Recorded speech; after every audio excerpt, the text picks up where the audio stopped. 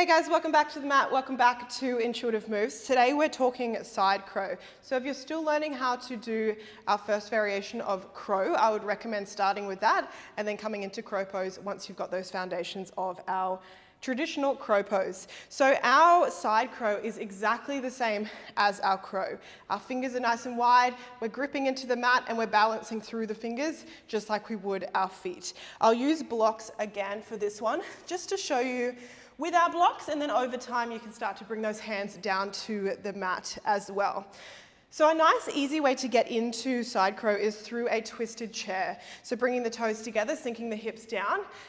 The left elbow meets the right knee and we twist into it. So we're already in that twisted position. From here we lower the hips down, keep that elbow hugging onto the left knee and bring the hands down towards your block or the mat. Remembering wherever they are, we're gripping into our base. We lift the hips, shift the weight forward. Again, that eye gaze is going over the top of the mat rather than down. As soon as our eyes go down, our head goes down, our weight goes down, and we'll fall forward. So keep that eye gaze going all the way up and over. Remembering we're stacking joints on top of each other, so we're looking to get that elbow over the wrist, eye gaze stays up, and slowly we start to lift up those toes. Remembering we're pressing away from the ground, balancing through the hands as we come into side crow.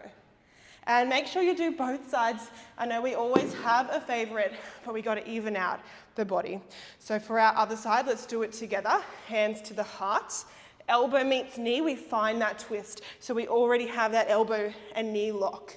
We bend the knees, hands to the floor, lift the hips, eye gaze forward as we shift the weight into the hands. Now, there's a couple of different ways to do side crow.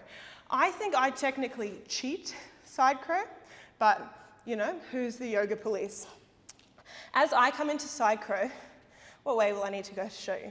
So I'll show you from the side. As I come into side crow, I bring the knee to the elbow and I bring the hip to the back elbow. So we rest the elbow on, we rest the knee on the elbow, hip on the opposite elbow, as we come into our side crow. Now traditionally our side crow is done with that back hip lifted up off the elbow, and if you can do that, fantastic. Again, there's no yoga police and hand balance is a hand balance, but we do find that men have a different center of gravity. So the women's center of gravity is often our hips and men are in the shoulders. So men find it easier to shift the weight into that front hand, whereas women find it a little bit easier to rest that back hip down onto the block. But give both a go. There's no right, there's no wrong, there's just whatever is happening in your body. So let me know how you go. Any questions, drop them below, and I'll see you next time on the mat.